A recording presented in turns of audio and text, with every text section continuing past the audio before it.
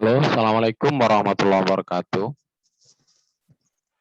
Waalaikumsalam warahmatullahi wabarakatuh. Baik,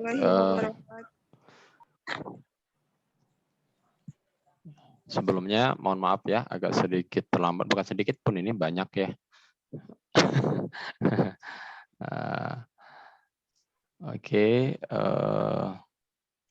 sebentar, mana tadi? Ini saya presentasikan dulu.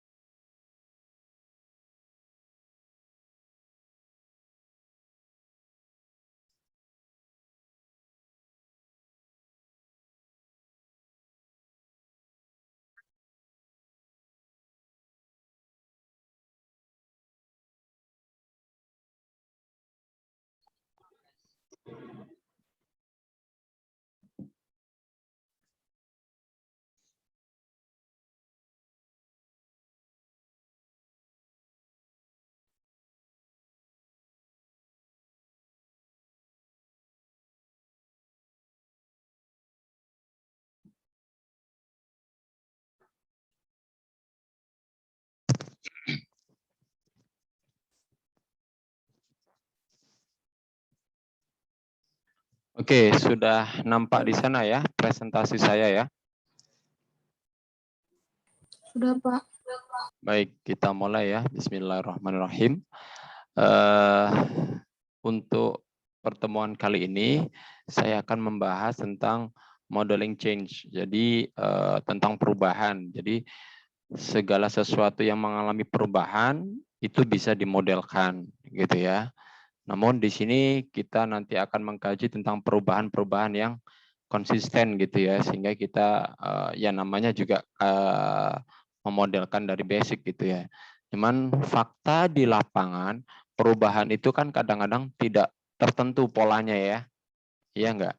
Nah, kita di sini adalah membaca pola, tapi di sini kita mulai dari perubahan-perubahan, change itu kan perubahan. Jadi memodelkan fenomena-fenomena adanya perubahan setiap saat begitu loh, setiap waktu.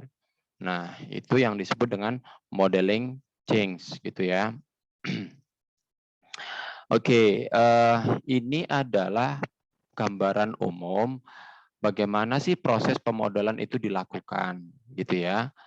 Yang pertama tahapannya pasti mulai dari sini, real world data. Apa itu real world data? Yang tadi ya tentang fenomena yang terjadi di alam gitu ya, atau kejadian-kejadian yang ada dalam kehidupan kita sehari-hari. Itu kan berkaitan dengan real world data, data sehari-hari. Nah, kalau kita lihat data dalam kehidupan sehari-hari itu pasti acak banget gitu ya, sangat-sangat random. Dan nah disinilah tantangannya sebagai seorang matematikawan atau sebagai orang peneliti atau kita sebagai orang yang mau membuat model, menyederhanakan pola-pola yang sangat random tadi gitu ya. Nah disederhanakan maka nanti jadilah yang namanya model gitu ya. Makanya mata kuliah kita adalah pemodelan. Nah, kalau modelnya sudah jadi, baru kita lakukan analisis. Apa maksudnya analisis?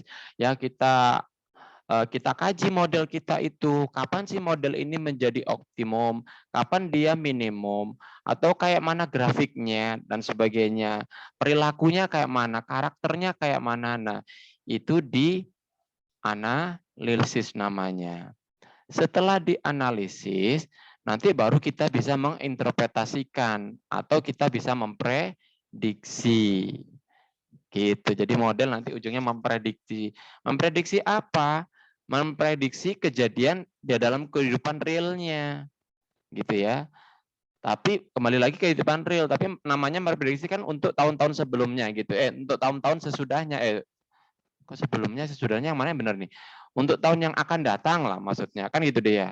Kan dia mengalami perubahan terus nih, fluktuatif, berubah terus. Akhirnya kan kita lihat, ada nggak sih polanya ini? Oh ada, ternyata membentuk model kayak begini. Nah, model ini akhirnya kan kita bisa prediksi untuk ke depannya. Nah, kalau ke depannya berarti dugaannya kayak mana perubahannya?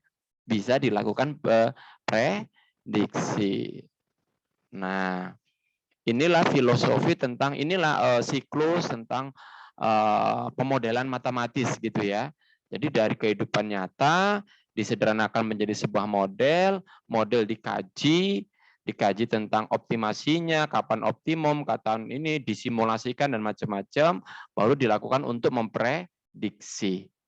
Nah, di memprediksi, hasil dari prediksi ada nih untuk kehidupan nyata, gitu dia ya.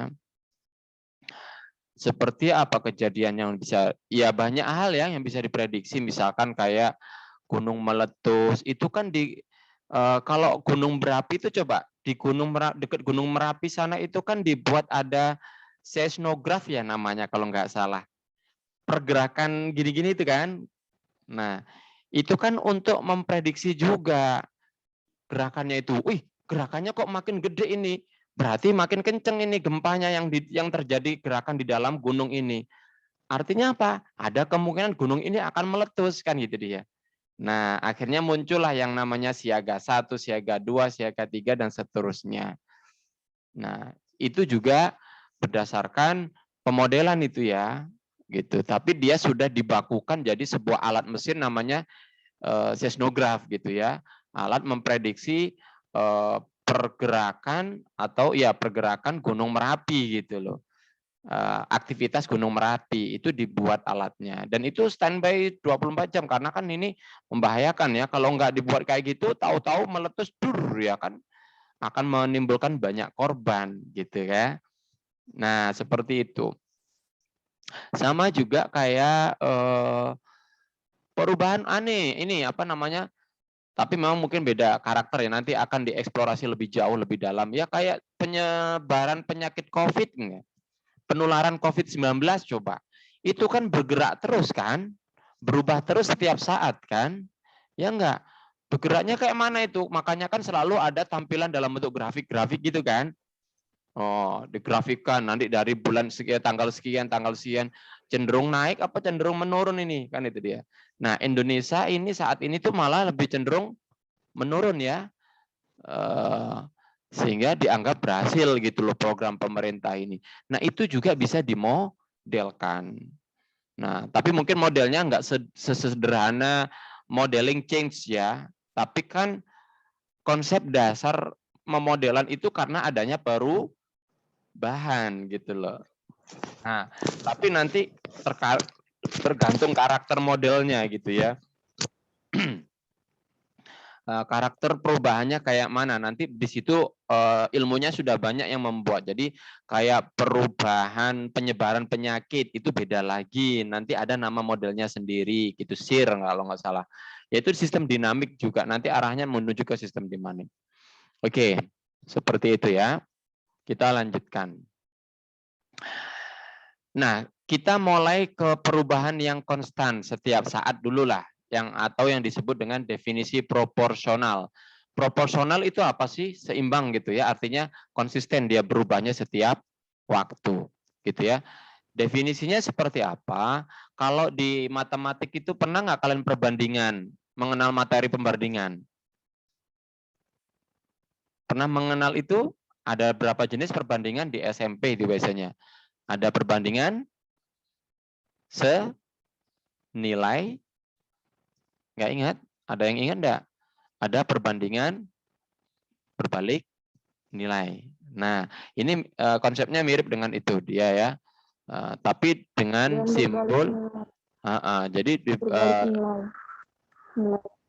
itu di konsepnya sedikit didefinisikan dalam bentuk simbol-simbol pemodelan ya. Oke, definisinya apa? Dua variabel, ya karena dua variabel yaitu X dan Y, dikatakan proporsional jika salah satu variabelnya merupakan kelipatan dari variabel yang lain. Itu berarti kalau kelipatannya berarti ya dikalikan sesuatu gitu ya. Nah, makanya simbolnya Y sama dengan KX. Ya kan? Nah, karena dia kelipatannya, berarti kan Y itu adalah K kali dari X gitu kan. Nah, di mana K-nya nggak boleh 0. Nah, karena nggak boleh 0 berarti K ini bisa positif, bisa aja dia negatif. Bisa aja bilangannya pecahan, apapun boleh. Yang penting dia ada kelipatan tertentunya, begitu ya. Biasanya dinotasikan ini. Ini bukan tak hingga ya namanya, artinya Y proporsional dengan X. Ya, ini simbolnya Y proporsional dengan X gitu ya. Bukan Y tak hingga dengan X, enggak. Y proporsional, berarti dia Y itu kelipatan dari X begitu ya. Dengan ada faktor skalanya, istilahnya nanti K ini jadi faktor skala atau faktor pengali gitu ya. Seperti itu. Oke. Tidak ada masalah di sini ya. Oke, kita buat gambaran. Contohnya ini. Contohnya adalah sistem massa pegas. Tahu pegas ya? Oke, tahu pegas pir lah ya kan. Ini kalau di fisika dulu di SMA kan sering diajari. Awalnya pir itu sebelum dikasih beban panjangnya adalah sekian lah misalkan ini ya. X atau jangan panjangnya n meter lah begitu. Nah, kemudian kita ingin mencari pola kalau dia dikasih beban massa. Nah, dikasih bandul lah dia, digantungin bandul. Nah, akhirnya dibuatlah eksperimen. Apa eksperimennya? Ini tabelnya sudah dibuat ini. Pertama, masanya berapa? 50 gram misalkan, atau ya 50 gram lah ini. Digantungkan di pegas itu. Ternyata kan pasti dia akan menarik ya, memanjang ya. Nah, kita ukur berapa penambahan panjangnya dari panjang semula pegasnya itu. Inilah selisihnya, yaitu disimbolkan dengan E, panjang penambahan pegas gitu ya. Nah, dibuat simulasinya. Nah, ini kan perubahan juga kan. Yang awalnya sekian jadi berubah dengan adanya faktor massa. Gitu kan. Nah, kita pengen tahu apa hubungan massa dengan panjang pegas. Panjang perubahan pegas lah di sini maksudnya ya. E-nya ini, E massa itu M biasanya ya. Ada nggak itu hubungannya? Nah, setelah dilakukan eksperimen, di sini mulai dari 50 gram misalnya, ternyata nambah panjangnya mungkin 1 senti kali ya. Kemudian ya pokoknya menambah 1 satuan lah panjangnya gitu ya. Dikasih 100 gram dinaikkan 2 kali lipat, ternyata sekian. Dan peningkatannya ini konsisten, kita mau nambahnya. Berapa naiknya ini? 50 ya. Dari 100 tambah 50, tambah 50 lagi jadi 200, tambah 50 lagi dan seterusnya. Ternyata dia makin berat tim massanya, maka dia makin panjang. Berarti massa dengan penambahan panjang ini memiliki hubungan proporsional. Ya kan? Yang menjadi pertanyaannya, berapa faktor pengalinya? Kan gitu dia. Nah, ini bisa juga dibuat dalam bentuk grafik. Ini kalau dibuat dalam grafik nanti jadinya seperti ini nih. Nah, jadi dimisalkanlah di sini M itu adalah massa benda, kemudian E adalah pertambahan panjang pegas ya. Jadi pegasnya ini mengalami pertambahan panjang. Nah, ini dan simbolnya ini ya tadi ya. Maka di sini sudah sangat jelas bahwa M itu proporsional dengan E. Ya. Nah, dari tabel karena dibuat dalam bentuk tabel pasti bisa dibuat dalam bentuk grafik ya.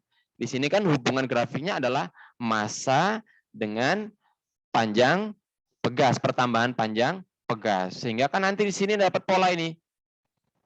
Nah, polanya mendekati gambar grafik apa di situ? Garis lurus ya. Ya enggak? Ya. Nah, untuk kasus ini, untuk kejadian ini ternyata grafiknya ini mendekati sebuah garis lurus, persamaan garis lurus gitu ya. Nah, dari sinilah kita harus bisa membuat prediksi seperti apa. Karena garis lurus, ingat ya, persamaan garis lurus.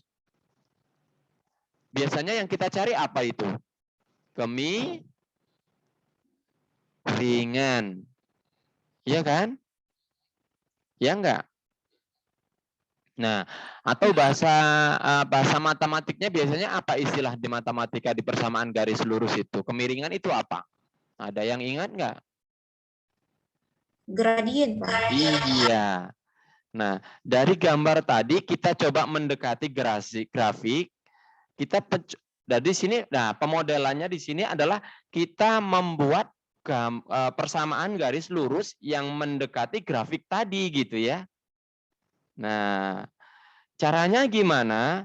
Ya memang kita nggak akan bisa mendapatkan grafik yang sama persis karena gambarnya kan naik turun gitu ya. Di sini kan titiknya kan naik turun, nggak akan lurus persis gitu ya.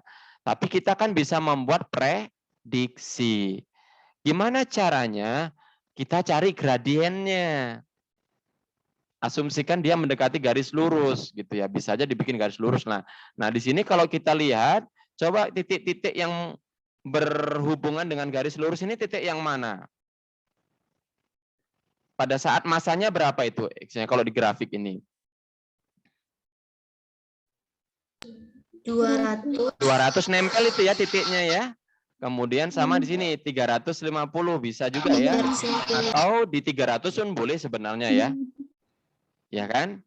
Karena titiknya itu menyinggung garis lurus, atau yang di sini juga boleh. Yang mana itu yang di 450.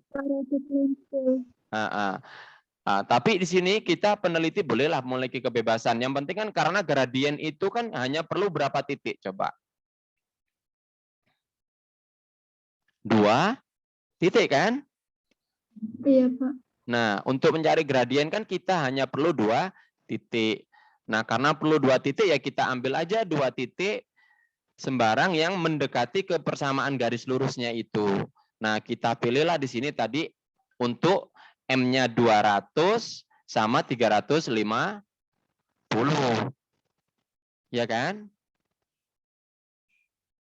Nah, untuk M-nya 200 berapa penambahan panjangnya? Tengok tabel tadi, kita lihat. Itu 3250, benar nggak?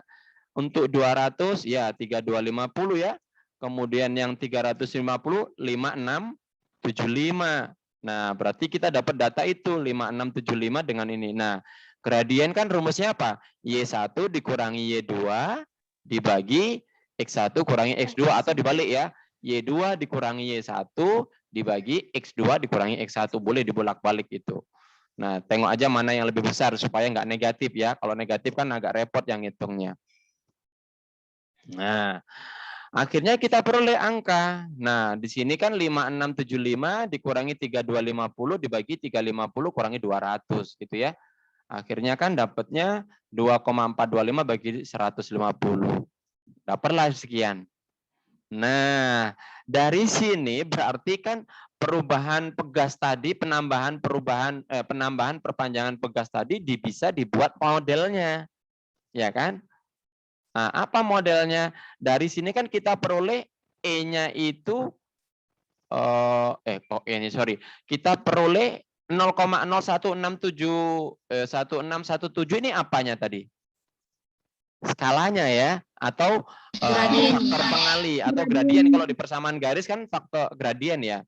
Tapi dalam pemodelan ini kan dia masuk sebagai faktor pengali. Kalau di persamaan kan tadi K-nya ya kan.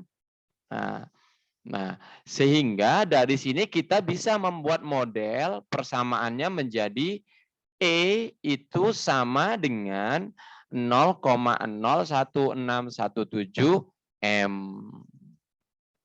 Nah, ini persamaan model ini menyederhanakan faktor data real tadi. Jadi kalau dikaitkan lagi, yang data real yang mana? Data dalam bentuk tabel tadi ya. Ya enggak? Kalau dalam disikluskan lagi, saya balik lagi ke sini. Kalau dia di siklus ini data real itu adalah tabel kan? Ya enggak?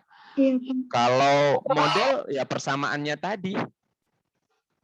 E sama dengan 0,0167 gitu ya. Terus analisisnya dari persamaan tadi kan jadi persamaan garis ya. Kalau yang di sini tadi ya kita analisis persamaan garis ini bentuknya apa? Persamaan garis lurus kan itu dia. Makin tinggi nilainya makin besar, makin panjang dan seterusnya. Di situ ya kan. Jadi analisanya ke sana. Kapan dia optimum? Tak hingga kan dia terus naik grafiknya ya kan. Kapan dia maksimum? Ya nggak sampai tak hingga, makin gede masanya makin panjang kan itu dia. Nah, begitu dia kalau dari analisis model ini. Tapi kan nanti kalau di kajian fisika pegas itu kan punya batas maksimum, ditarik lama-lama putus lah dia itu kan itu dia ya. Tapi kajian kita nggak sampai ke sana lah gitu. Tapi kita memodelkan. Oke.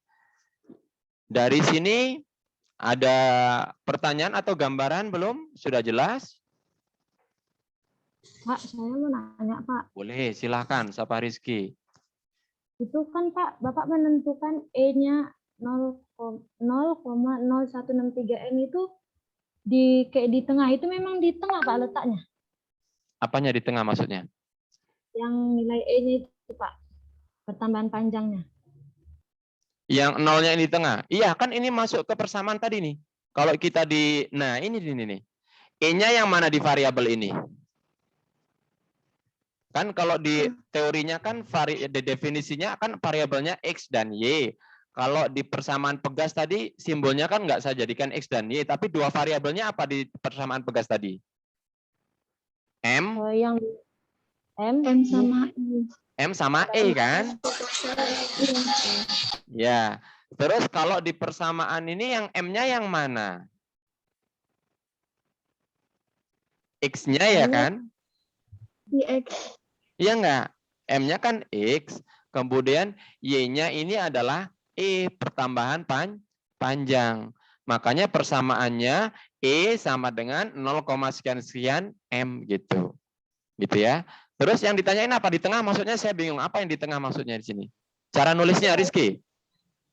Itu memang memang di tengah atau boleh ke atas lagi atau ke bawah gitu, Pak? Yang mana di atas? Ini? Ini, Pak, yang pada grafiknya ini, Pak. Oh, di grafik ini.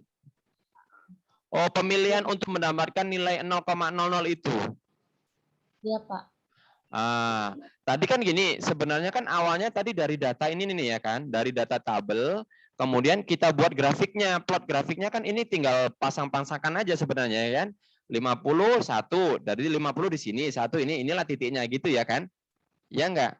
Terus 100 berapa? Ini 150 berapa dan seterusnya kan? Nah, dari sini kan kita bisa aja tarik garis lurus yang mendekati, janganlah bikin tarik garis lurusnya di bawahnya atau di atasnya, tapi kalau bisa kan usahakan membuat garis yang memotong ke semua titik yang mungkin gitu kan. Ya enggak? Nah, itu bisa nggak dibuat? Kan bisa aja pakai penggaris ditarik yang mana ya, kan bisa digeser-geser gitu kan. Oh, ini kayaknya paling banyak motong nih. Tarik seret kan itu. Nah, setelah gitu ini bisa digeser-geser kan sebenarnya mana yang lebih cenderung memotong kan gitu dia. Model ini apakah ini sudah fix mempresentasikan data real yang sebenarnya? Enggak ya. Kan ini masih pemodelan. Kenapa? Kan di gambar ini kalau data real sebenarnya semuanya titiknya harus motong kan. Ternyata kan ada yang nggak motong. Misalkan apa yang ini 150, dia kan masih di atasnya ini. Ya kan? Nah, tapi ini kan mendekati gitu. Sehingga kita bisa memprediksi, tapi dapat realnya enggak. Misalkan nanti kalau ditanyakan, berapa itu penambahan panjangnya kalau masanya itu saya jadikan 1000 misalkan. Nah, kalau masanya 1000 berarti 0,01617 dikali 1000. Berarti berapa itu jadinya? 16,17. Apakah itu realnya segitu? Enggak, tapi mendekati. Bisa aja 15, sekian gitu ya kan? Atau dia bisa aja 17, sekian gitu ya. Atau 16 tapi komanya beda begitu. Paham enggak? Nah, disinilah mau model. Jadi model ini bukan pasti dia punya istilahnya gini, punya tingkat kesalahan, tingkat error. Nah, kesalahannya janganlah terlalu besar. Nah, nanti mungkin ke depan lah, nanti selanjutnya nanti akan kita kaji berapa sih rentang kesalahan yang ditolerir gitu ya. Oh, salahnya boleh nggak? Misalkan orang bikin pemodelan tentang obat gitu, dia mungkin reaksi obat, dibikinlah modelnya. Nah, kalau obat kan berkaitan dengan manusia, boleh nggak tolerirnya 5% salah? Berarti dari 100 orang 5 orang mati misalkan. Boleh nggak itu? Nggak boleh ya kan? Kan ngeri kali itu. Berarti kan obat itu nggak begitu bagus reaksinya karena kan gagalnya 5 orang dari 100. Nah, masalah error ini harus dilihat lagi subjeknya itu siapa gitu. Kalau di bidang kedokteran biasanya tingkat kesalahan itu kalau bisa sangat kecil sekali, jangan terlalu besar gitu. Ya kan? Tapi kalau dalam dunia pendidikan misalkan, oh yang ujian dari 100 orang gagal 5 orang. Wajar nggak itu? Wajar kan gitu dia. Malah yang nggak wajar biasanya yang 100 orang lulus semuanya. Dipertanyakan kan, ini jangan-jangan nyontek ini kan gitu dia. Nah, beda konteksnya ya. Tapi kalau dalam dunia kedokteran atau kesehatan, kalau bisa malah 100% berhasil semua kan gitu dia. Berarti obatnya benar-benar bagus atau metodenya ini benar gitu. Beda dengan dunia pendidikan gitu. Namanya orang belajar ya ada yang berhasil, ada nggak berhasil, itu sesuatu yang normal gitu kan.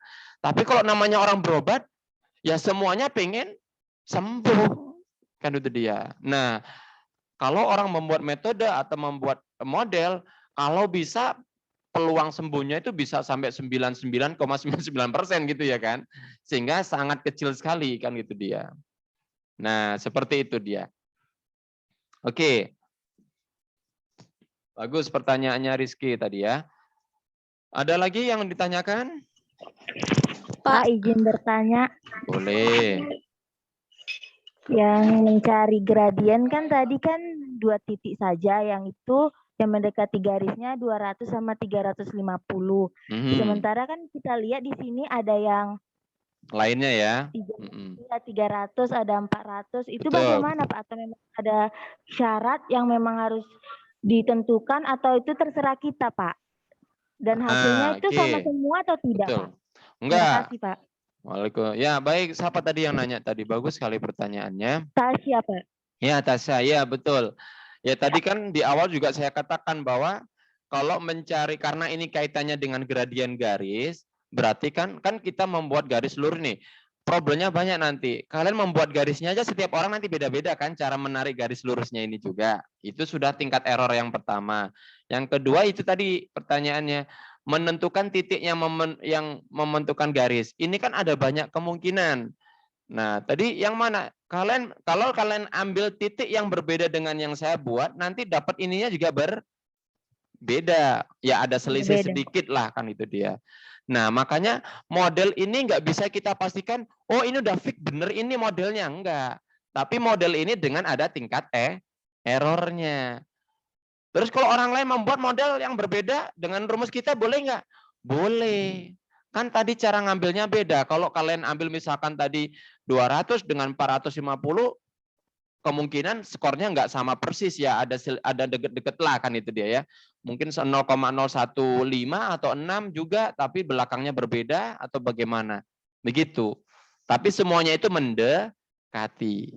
Gitu dia ya. Di sini ini mata kuliah pemodelan, memodelkan itu model kan bukan yang sebenarnya, tapi mendekati ke data real. Gitu ya, makanya tadi di awal itu gambaran kita siklus model itu yang seperti ini tadi gitu loh. Jadi ada data realnya yang berantakan, nggak beraturan tadi kan, ada yang di atas, di bawah dan seterusnya gitu. Tapi kan dia ada kecenderungan mengarah ke garis lurus gitu ya. Nah, makanya kita buat, kita sederhanakan. Ternyata dia kan mendekati garis lurus itu.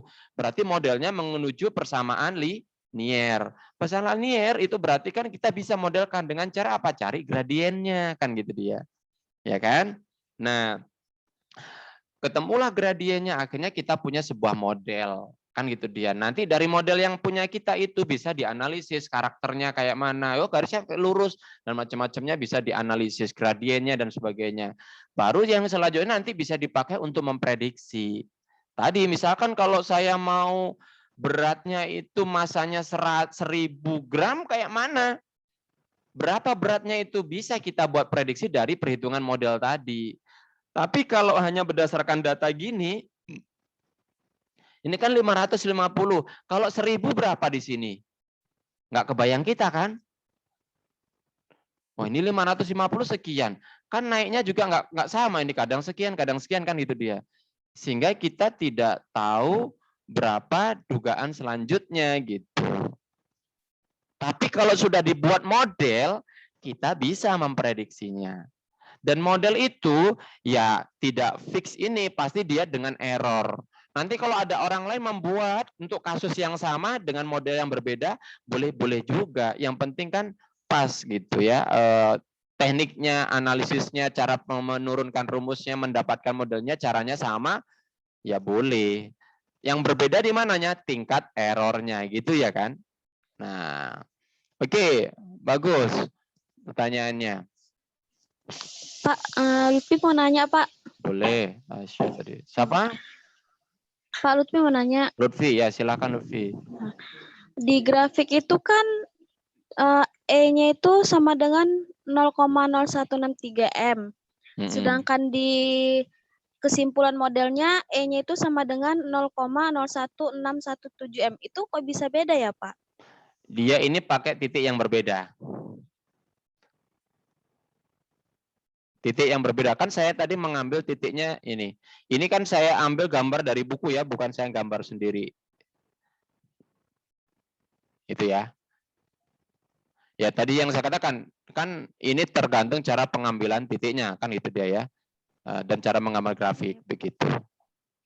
Itu ya Lutfi ya. Jadi bukan yang saya tulis ini sesuai dengan itu, karena saya mengambil titiknya kan berbeda. Ya coba kalau kalian ambil titik yang berbeda lagi, nanti akan 0,-nya juga beda lagi, gitu ya. Iya, Pak. Oke. Nah, seperti itu. Tapi kan intinya cara mengambil titik itu, dua titik itu, usahakan yang memotong garis, kan gitu dia. Sehingga itu benar-benar merepresentasikan garis lurusnya ini, begitu loh. Itu ya. Oke. Seperti itu. Ada lagi pertanyaannya? Oke lah ya, kita lanjutkan ya. Ini masih gambaran sederhana tentang modeling change. Jadi model pemodelan untuk perubahan gitu ya. Oke, kita masih tentang perubahan. Jadi ini persamaan selisih atau difference equation namanya. Oke. Yang pertama begini, jadi untuk model perubahan sebenarnya kan sama dengan model perubahan ya. Regulasinya kan begini ya, bahwa nilai yang akan datang itu akan sama dengan nilai saat ini ditambah dengan perubahannya, gitu kan? Paham nggak dengan rumus ini? Future value akan sama dengan present value plus change. Ya kan? Nah, jadi dari sini konsep dasarnya. Jadi sebenarnya artinya gini, ketika kita pengen memprediksi nilai yang sebelumnya, nilai yang akan datang, itu kan kita melihat dari nilai yang saat ini ditambah berapa perubahannya tadi gitu ya, ditambah dengan nilai perubahannya itu, itulah nilai yang akan datang. Oh kayaknya nanti naiknya itu 10% deh, oh berarti sekian lah kan gitu dia ya. Nah, seperti itu ya. Nah ini adalah konsep dasar tentang perubahan model change tadi, awalnya dari model change. Dari sini maka nilai perubahan itu bisa kita cari, tinggal istilahnya apa ini ya, kalau kalian sebutnya kan tinggal perubahan pindah tempat gitu ya. Ya kan? Sehingga kita peroleh change itu, nilai perubahan itu adalah future nilai yang akan datang dikurangi dengan nilai yang saat ini sekarang gitu ya. Ini yang disebut dengan different equation atau persamaan selisih. Maksudnya selisih dari perubahan, change itu gitu ya. Oke. Nggak ada masalah di sini ya, ini masih konsep sederhana saja gitu.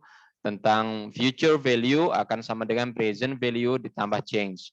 Nah, sehingga change itu sama dengan future value dikurangin present value gitu ya. Oke. Dari sini kita muncul yang disebut dengan definisi tentang barisan bilangan. Tahu ya, kalau barisan bilangan semuanya sudah tahu. Jadi untuk sebuah barisan bilangan yaitu kita sebut himpunan A, barisan bilangannya mulai dari A0, A1, A2, A3, dan seterusnya. Kenapa dari A0? A0 itu kita anggap sebagai mula-mula.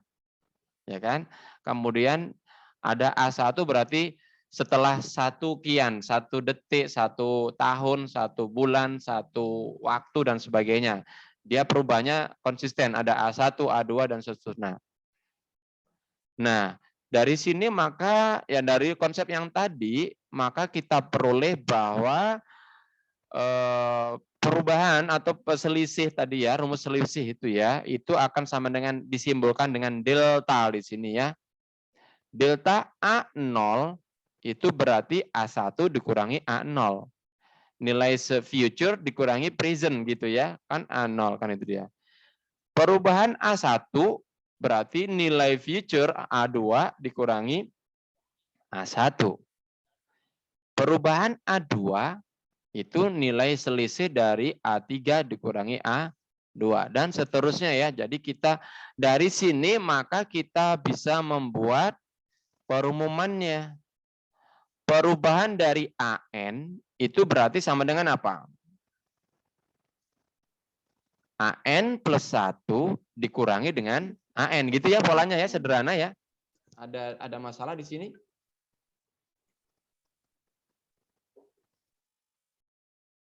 Enggak ada ya?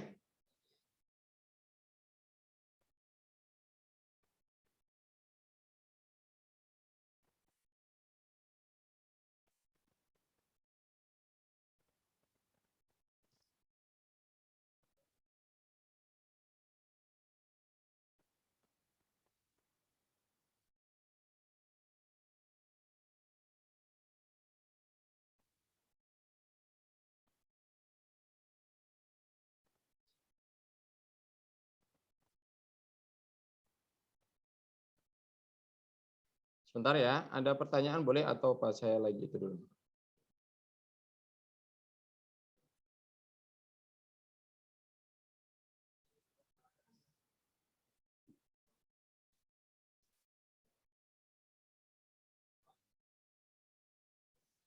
Oke, kita lanjutkan. Ini belum tidak ada masalah, saya pikir ya, ini masih sederhana.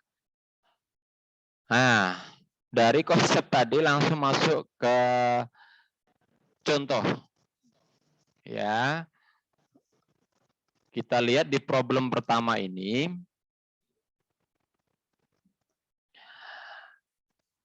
Jadi ini tentang ke sertifikat barang berharga lah. Jadi sertifikat berharga itu bisa banyak ya kasusnya ya. Sertifikat berharga tahu ya. Jadi sebuah sertifikat yang memiliki nilai harga tertentu, bisa aja sertifikat apa begitu ya, bisa aja tanah mungkin dan macam-macam kan punya nilai ya. Oke, kok sertifikat tanah ya? Apa ya? Saya nggak pernah punya sertifikat berharga sih, surat berharga itu apa? Oke, yang penting kalian paham ya. Nah ini soalnya dalam bentuk bahasa Inggris, kita coba ke bahasa Indonesia kan bahasa sederhananya seperti ini. Jadi kita memiliki ada sebuah surat berharga yang memiliki nilai awal $1.000. Jadi ada sebuah surat berharga yang mungkin emas kan ada suratnya, itu nilainya seharga $1.000 dan nilainya itu akan selalu bertambah 1% setiap bulannya. Kan kayak emas juga kan selalu bertambah, tapi emas bisa naik bisa turun gitu ya. Nah, tapi ini kan surat berharganya, apa yang nilai surat berharga yang nggak pernah turun itu? Tanah mungkin ya, kalau nilai tanah pernah nggak turun? Naik terus, Pak. Naik terus. Naik terus, Pak. Nah, bisa digambarkan seperti itu ya. Nah, dan ini sudah dibuat bahwa setiap bulannya nilainya itu selalu bertambah 1%. Nah, sekarang pertanyaannya, misalkan AI itu menyatakan nilai sertifikat pada bulan ke-I, gitu ya. Sehingga kita punya A0, A1, A2, A3, dan seterusnya. Nah, coba ada nggak bisa yang membuat barisannya gitu? A0-nya berapa di situ?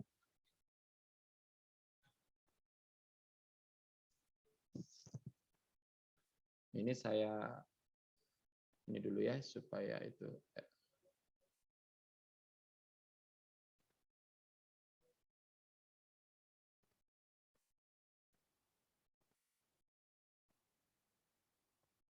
Oh, nggak mau di skip ya.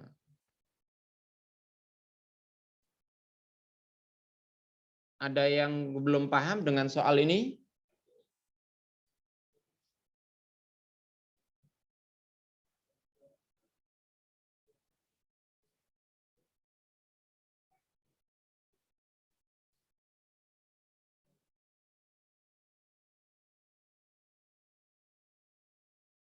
Oh, nggak mau ya.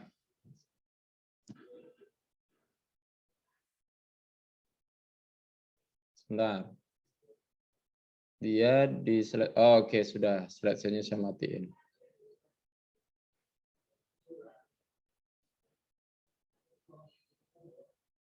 Oke. Ini kalau yang A bagaimana itu? Kita buat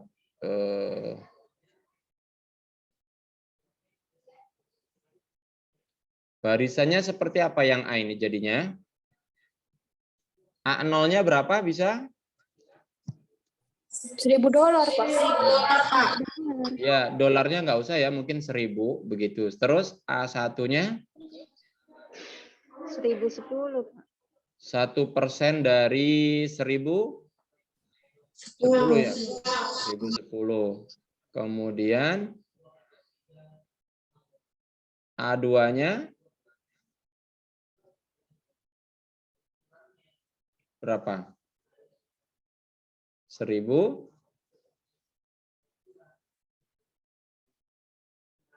1.000 berapa? 1% dari 1.010 kan? 2020. 1.020? 20,1. Nah, 1.000 berapa? 20,1. Ya, 1.020,1. Pakai di koma titik aja ya supaya itu ya.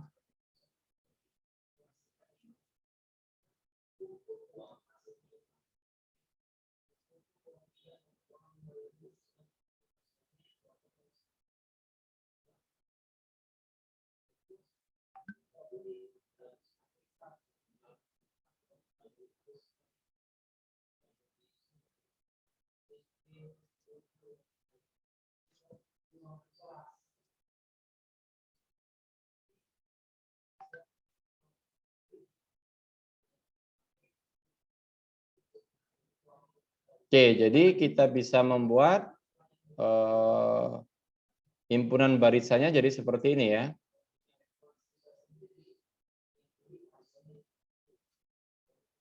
Nah, selanjutnya kalau kita mau cari deltanya kayak mana?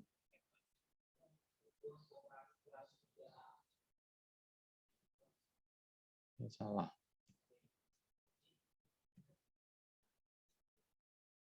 A0-nya berarti dia A1 dikurangin A0. A0 berarti sama dengan berapa itu? 10 ya? Iya, Pak. Nah, terus kalau yang delta A1 A2 kurang A1. nah, jadi berapa Kurang. itu? 10,1. 20, iya. 0,1 dikurangi 1010 gitu kan? Berarti 10,1. Kalau delta A3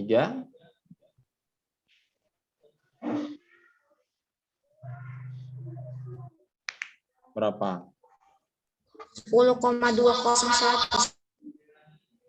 10, 20, 10, 20. Berapa di sini?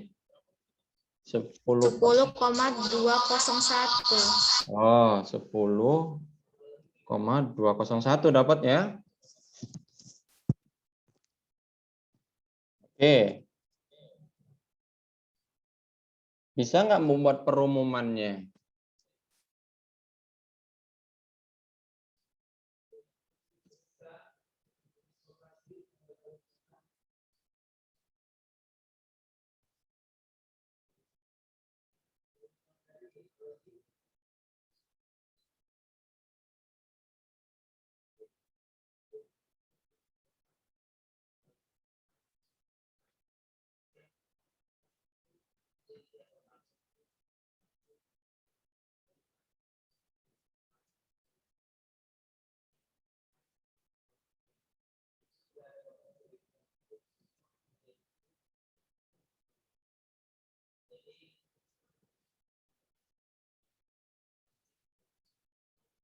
Kan kalau dilihat rumusnya ini ya, AN plus 1 dikurangi AN gitu ya. Nah, kalau dari angka-angka yang ada tadi, ada pola enggak? Kan kalau kita lihat itu, jadi kita punya barisan angkanya kan begini ya. Kita punya barisan bilangannya itu 10, 10,1 gitu ya. Terus 10,201 dan seterusnya gitu kan. Nah, ada pola enggak itu ya?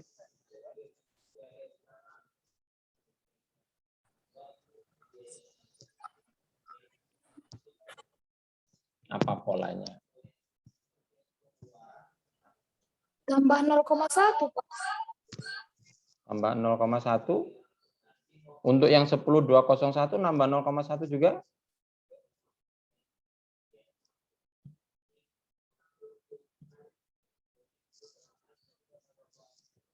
Nambah 0,1 juga enggak?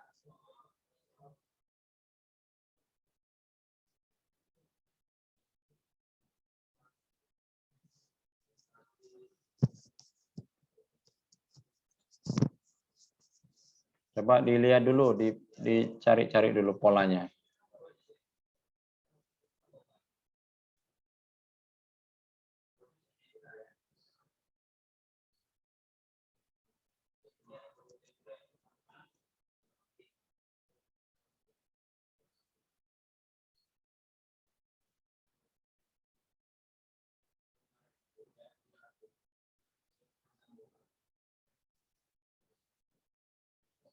Yang itu polanya udah benar belum? Coba hitungan kalian sudah benar apa belum? Coba dilihat.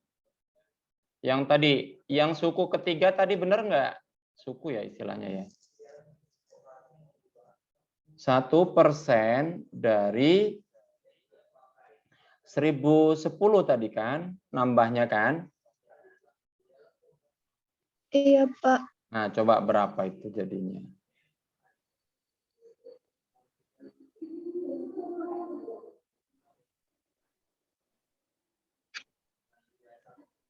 Yang A3. A3-nya betul, A3-nya tadi. Ini benar nggak ini? Tunggu. Ya betul itu ya. Yang ini nih. Setelah ini yang ini tadi yang 10201 ini dapat dari mana? Deltanya. Itu 3 kurang A2, Pak. Coba yang ini kan 1000. 1010 betul. 1020,1. Selanjutnya berapa ini? 1030,301, Pak. 1030,301. Coba dilihat polanya, kayaknya terlalu sedikit juga, jadi kita nggak tahu. Selanjutnya berapa? 1040,600401. 1040,40 604. 60401. Oh, 60401. Gitu kan? Ya memang ini mata kuliah pemodelan, jadi biasanya harus disimulasikan. Oke, sehingga kita diperoleh deltanya ini ya. Sebentar, kita coba sebentar saya buat Excel ya. Nah, karena kita buat kayak gitu, kita bisa mensimulasikannya pakai Excel. Tahu nggak Excel-nya ya? Sebentar ya. Di mana Excel saya ya? Kita buka dulu. Nah, kasus kayak gini kan kalau lihat dari kasus sebelumnya tadi kan dibikin tabelnya dulu ya, biar kita enak kan? Excel, saya buka Excel-nya dulu. Sebentar ya.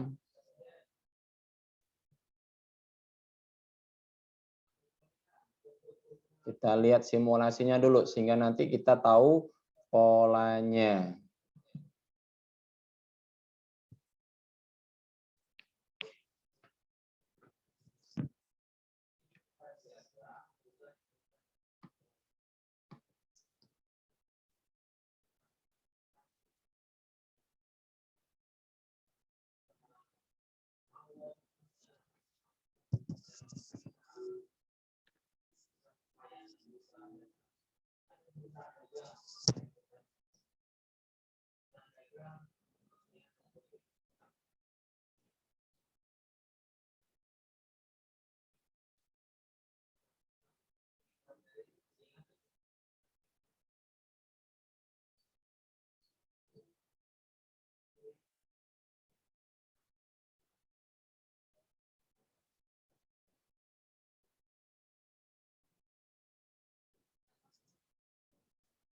Salam.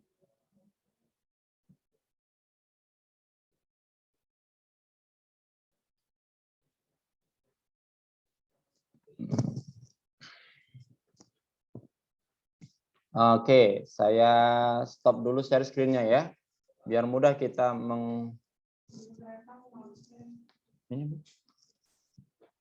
naik angkot Ibu.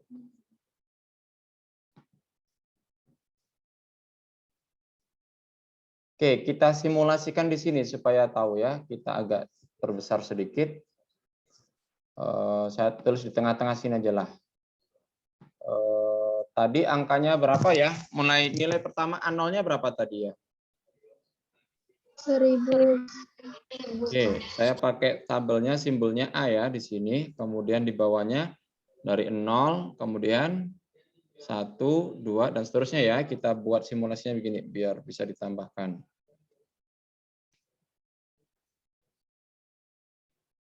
Oke, kayaknya bisa disimulasikan datanya di sini. Oke, A0-nya tadi berapa? 1000 ya. Kita buat 1000 di sini. Di sini kan nilainya. Nilainya. Kemudian pertama 1000. Nah, untuk kedua kayak mana rumusnya tadi ini? 1000 Kali 100. 10%. Sorry. Kan nilai 1000 ini gitu ya. Ditambah 1%-nya kan? 1/100 gitu ya. Dikali, gini aja cara nulisnya ini kayaknya. 1% bisa nggak ya? Dikali 1000 gitu. Dikali dari nilai atasnya gitu kan? Iya. Iya, Pak. Dari I6 lah. Kalau saya di sini kan di I6. Dikali, jangan 1000, nanti kan rumusnya biar jalan. Kan jadi ini ya. Nah, ini tinggal di copy aja turun ke bawah. Jalan nggak ya? Ya, sudah kita dapatin angkanya. Ya kan? Kita blok dulu. Nah, ini kita dapat tabelnya. Polanya tadi ya.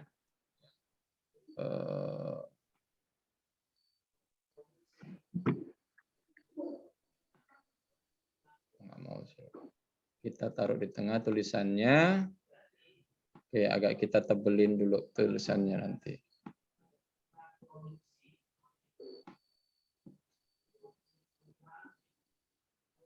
Nah, sekarang kita mau cari rumus selisihnya ya, delta ya tadi ya. Deltanya kan mulai dari delta 0 ini. Di sini kita ngitungnya delta itu ya. Ini tuh kan tadi dari A1 dikurangin A0. A0 gitu kan rumusnya ya. Ya. Dapat 10. Nah, ini kita copy aja, mudah-mudahan jalan. Ya. Ada pola nggak di sini?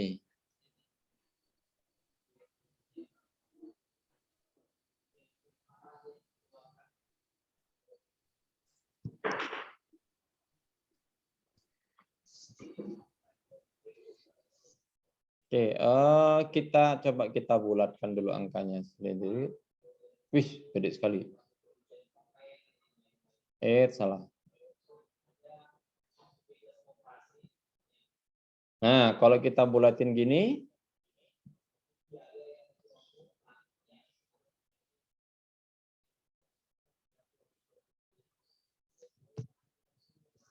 ada nemukan pola belum?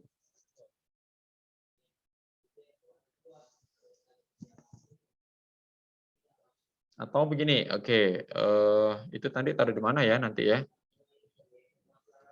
Kita taruh di tabel aja nanti itu di PowerPoint-nya nanti.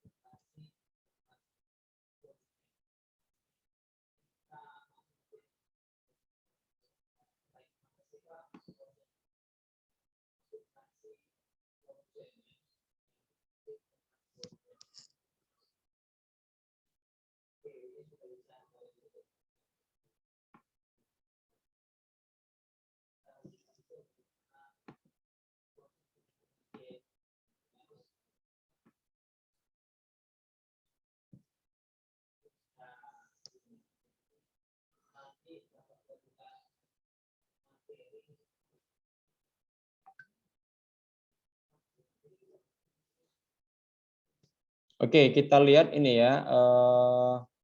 Kita kan ingin mencoba cari faktor pengali ya hubungannya tadi. Coba di sini itu kan angka ini selisihnya memang 10 ya di sini ya, tadi dengan angka di atas. Untuk mendapatkan A1 ini itu kalau kita lihat kan dia dari 1 ya Bu. Cepat kali. 1,01 ya kan? Dikali 1000. Ya enggak? Sorry. Ya.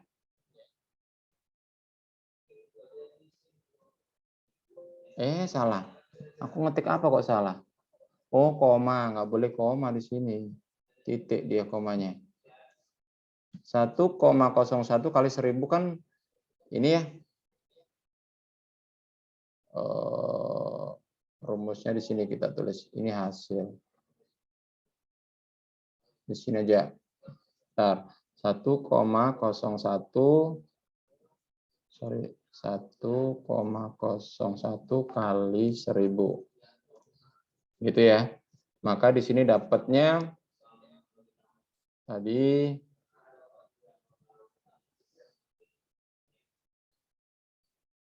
1,01 kali 1000. Salah lagi. Oh betul. Yang kedua, untuk mendapatkan 1020,01 ini gimana?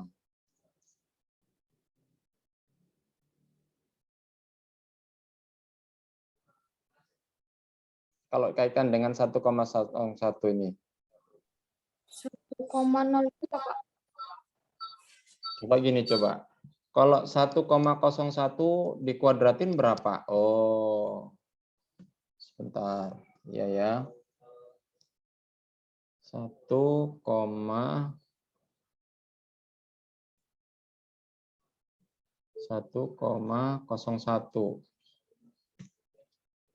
Terus gini. Dalam kurung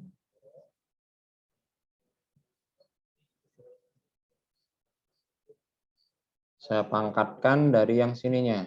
Apa yang kita peroleh? Oke. Ini saya copy.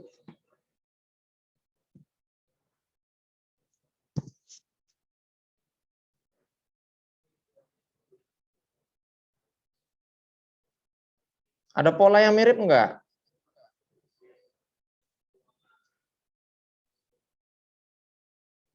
Mirip sekali ya. Ini tadi coba rumusnya kan pangkat ini ya. 1,01, 1,0201 ini pangkat 2 dari 101.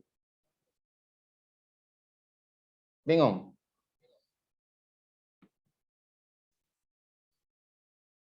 Ini itu adalah rumusnya 1,01 pangkat N. Ya, kalau dipangkatin 1 ini, dipangkatin 2 ini, pangkatin 3 ini, pangkatin 4 ini, pangkat 5 ini, pangkat 6, pangkat 7, pangkat 8, pangkat 9, pangkat 10, pangkat 11, pangkat 12. Paham? Nah, ini kalau kita kalikan dengan nilai semula dengan 1000, ya ini tinggal dikali 1000 ya. Yang ini dikali 1000, nah 1010. Ini dikali 1000 lagi seterusnya. Ada kemiripan nilainya kan? Ya enggak? Nah, dari sini kita dapatin sebuah pola tadi ini kan rumusnya apa di sini tadi? 1,01 pangkat N, ya kan? Dikali 1000, ya kan? Nah, sehingga kita menemukan rumus di sini. Ini saya kopikan aja ke Excel-nya, Ctrl C.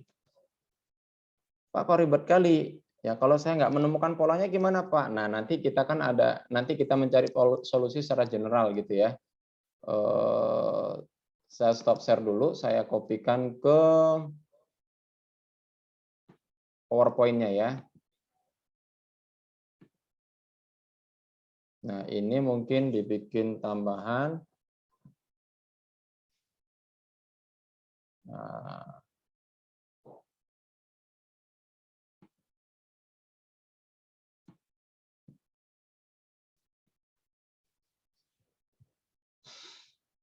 Nah, masih loading. Oke. Angkanya kecil ya.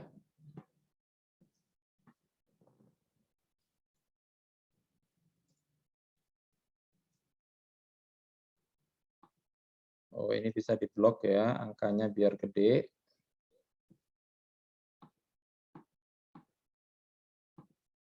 Kegedean. Oke.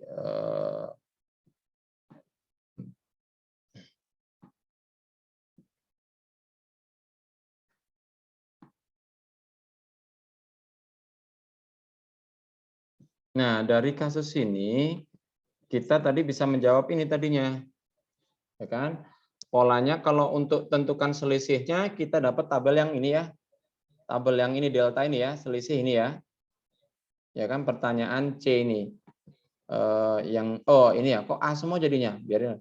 Kemudian model umumnya apa? Nah, tadi kan kalau kita lihat polanya begini. Kalau kita lihat bahwa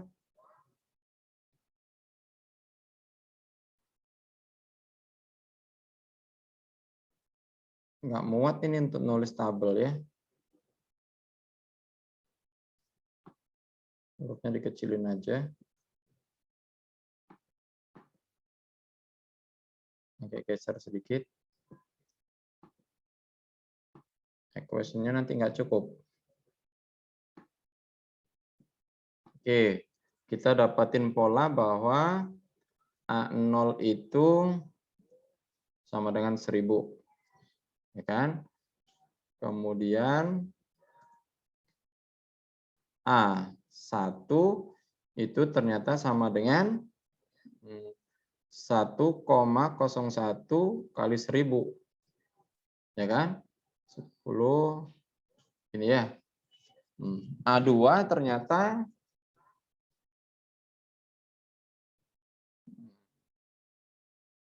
gimana nulisnya itu?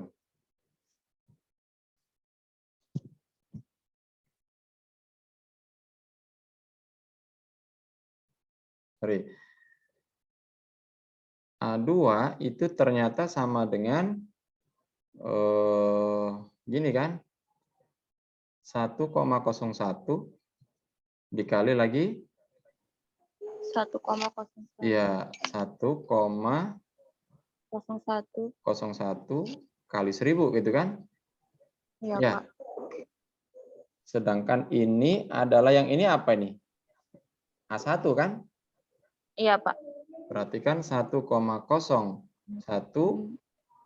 A1 Kali gitu A1. ya. Kan itu dia ya. Dan ini sama dengan 10 20,1 tadi gitu ya. Dan A3-nya apa A3-nya? Berarti kan sama ini ya, dikalikan 3 kali ya. Iya, Pak. Copy aja ini.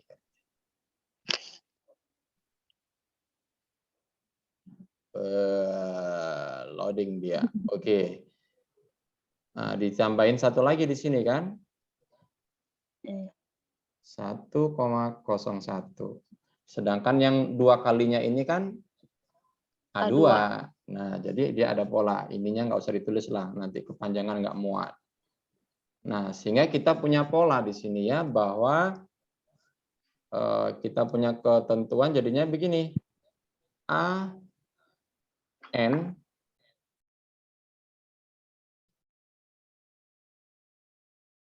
ini kok jadi AN-nya? Oke, boleh. Berarti polanya apa nih? AN. Kalau AN plus 1 di sini ya. Nggak apa-apa lah. AN plus 1 jadinya apa di sini?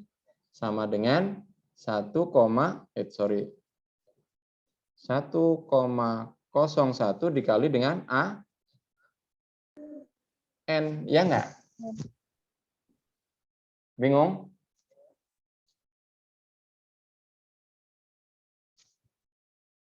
Bingung nggak?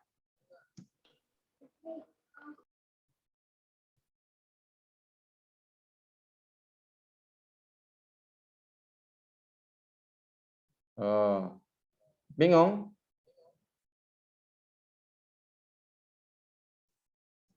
Atau kalau dikaitkan dengan A0, jadi nanti ketemu di situ. Kenapa ini hurufnya kok jelek gini?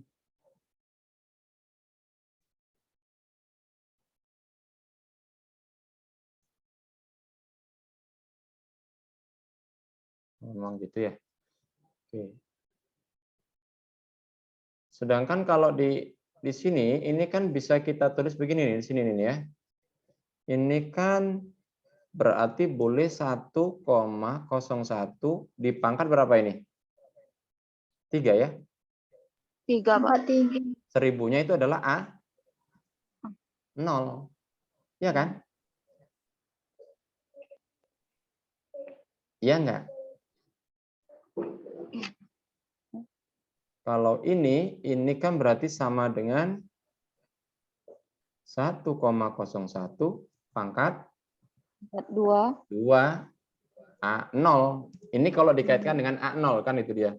Kenapa? Kalau kita pakai rumus ini ya memang ini boleh juga, tapi kan kita harus mencari menurunkan satu-satu. Kalau ditanyakan A10, berarti kan A10 di sini A9. A9-nya berapa? Diturunin lagi kan itu dia ya. Nah, sehingga jadinya kita akan dapatin atau ya di sini perumumannya itu bahwa ini jangan AN plus 1 deh, kita AN aja lah gini ya, supaya enak ya. Kalau AN di sini AN min 1 kan? Ya.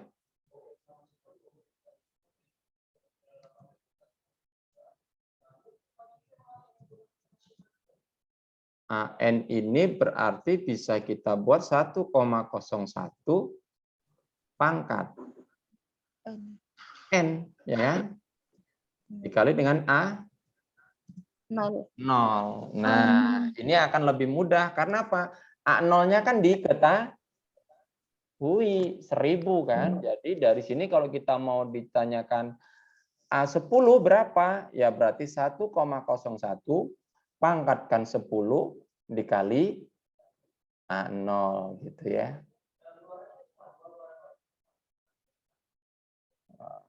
Begitu.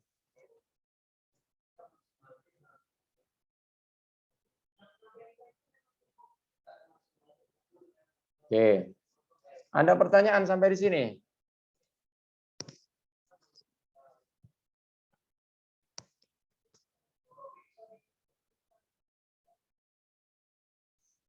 Ada yang ditanyakan?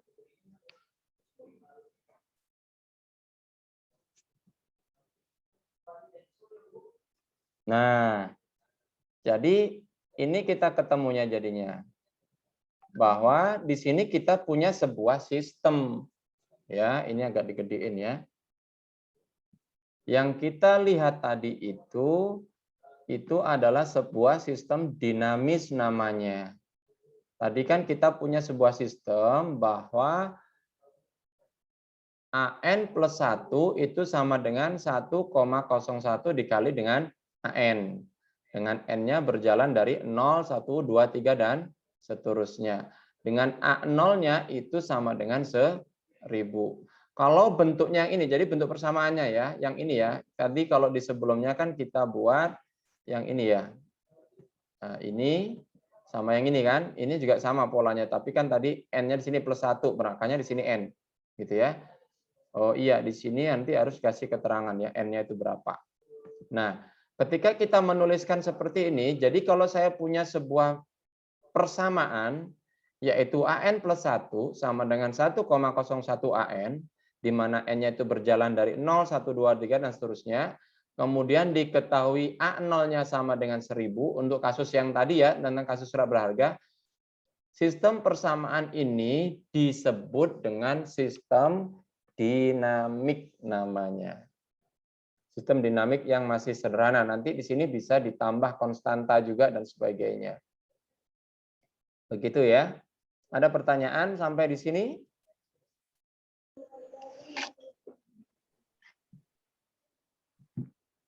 Cukup ya, tidak ada pertanyaan ya. Ya Pak, karena mau ganti kelas lagi habis ini Pak, jam 10 pas. Oke, sekarang itu ada beberapa 9. problem kedua. Silakan problem kedua ini nanti dibuat seperti tadi ya. Ini nanti saya share di grup WA. Ini problem kedua, silakan nanti dikerjakan. Baru ini materinya dan ini ada latihan soal-soalnya, silakan dikerjakan untuk minggu ke depan. Jadi yang tugas, perhatikan. Nantilah saya share di grup ini tugasnya ya. Yang pertama ini soal silakan dikerjain. Sama yang di sini problem kedua ini. Problem kedua ini mirip dengan tadi, hanya beda pola bilangannya ya. Silakan. Yang kedua, ini soal yang ini. Kalau yang latihan-latihan lainnya ini nanti dikerjain diskusi bareng minggu depan aja. Oke? Oh, ikut aja itu.